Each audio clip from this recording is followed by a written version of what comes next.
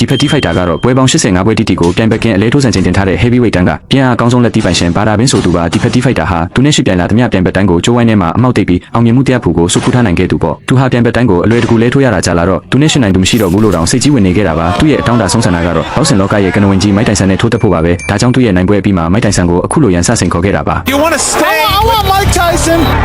He's too stupid. He's too stupid to run. He'll stand up and get knocked out. အစပိုင်းမှာတော့မိုက်တိုင်ဆန်ကသူ့ကိုဂီးမဆိုင်ခဲ့ရမယ်နောက်ပိုင်းရန်စစော်ကားတာတွေကိုတိမခံနိုင်တဲ့အဆုံးဒီဖက်တီဖိုက်တာကိုဆုံးမပြီးတင်ကန်းစာပေးမရတော့မယ်လို့ဆုံးဖြတ်လိုက်ပါတယ်ဒါကြောင့်ဖက်တီဖိုက်တာရဲ့စင်ခေါ်မှုကိုလက်ခံလိုက်ပြီးအားလုံးမျှော်လင့်နေကြတဲ့ပွဲကြီးပွဲကောင်းကြီးရောက်ရှိလာခဲ့ပါပြီပရိသတ်တွေအားလုံးရဲ့ရင်ထဲမှာတော့တကယ်ကိုအကျိတ်နဲ့ရှိမဲ့ပွဲကြီးပွဲကောင်းဖြစ်လိမ့်မယ်လို့ထင်ထားခဲ့ကြတာပါဖိုက်တာနှစ်ယောက်လုံးကတော့ယုံကြည်မှုအပြည့်နဲ့ကြိုးဝိုင်းထဲမှာအဆင်သင့်ဖြစ်နေကြပါပြီဘာဒါဘင်းကလည်းစားတော့ဝါတော့မဲ့အကြီးတွေနဲ့မိုက်တိုင်ဆန်ကိုအမုန်းချေဖြစ်မဲ့အလားကြီးနေပါတယ်ဒါပေမဲ့ပွဲစားလိုက်တဲ့စက္ကန့်ပိုင်းတွင်းမှာပဲအားလုံးမထင်မှတ်ထားတဲ့အရာဖြစ်သွားပါတယ်မိုက်တိုင်ဆန်ရဲ့ပြင်းထန်လုံးနဲ့ဝက်လက်တီချက်ထဲနဲ့တင်ဖက်တီဖိုက်တာမောက်သွားရပါပြီအဖြစ်အပျက်ကမြန်လုံးတော့ပရိသတ်တွေအားလုံးဘာဖြစ်သွားမှန်းတော့မသိပဲဆက်ဟောင်းသားတွေဖြစ်ကုန်ကြပါတယ်ဘောက်ဆင်လောကမှာတမိုင်းတွင်သွားစေတဲ့အញ្ញဆုံးပွဲသိမ်းချက်ပါပဲမိုက်တိုင်ဆန်ရဲ့ပွဲသိမ်းလက်တီပါဝါကတော့တကယ်ကိုကြောက်စရာကောင်းလာပါတယ်အပွဲနွဲလာခဲ့တဲ့ဖက်တီဖိုက်တာခင်ဗျာမိုက်တိုင်ဆန်နဲ့တွေ့တော့မှဘာမှတောင်မလုပ်နိုင်ပဲအရှက်တကွဲမောက်သွားခဲ့ရတာပါမိုက်တိုင်ဆန်ကတော့ချွေးတော်မထွက်လိုက်ပဲချန်ပီယံကပတ်ကိုရယူသွားနိုင်ခဲ့ပါပြီအကျိတ်နဲ့ပွဲကြီးရတော့မယ်လို့အများကြီးမျှော်လင့်ထားကြတဲ့ပရိသတ်တွေကများအားမလို့အားမရဖြစ်သွားခဲ့ရတဲ့ပွဲတစ်ပွဲပါပဲမိုက်တိုင်ဆန်ကိုအချင်းချင်းစိန်ခေါ်ရန်စနေခဲ့တဲ့ဖက်တီဖိုက်တာလည်းညပြော့ကြီးအဖြစ်တမိုင်းတွင်သွားခဲ့ပါတယ်မိုက်တိုင်ဆန်ကိုအားပေးတဲ့ပရိသတ်တွေရှိရင်မမှပြောသွားကြပါအောင်နော်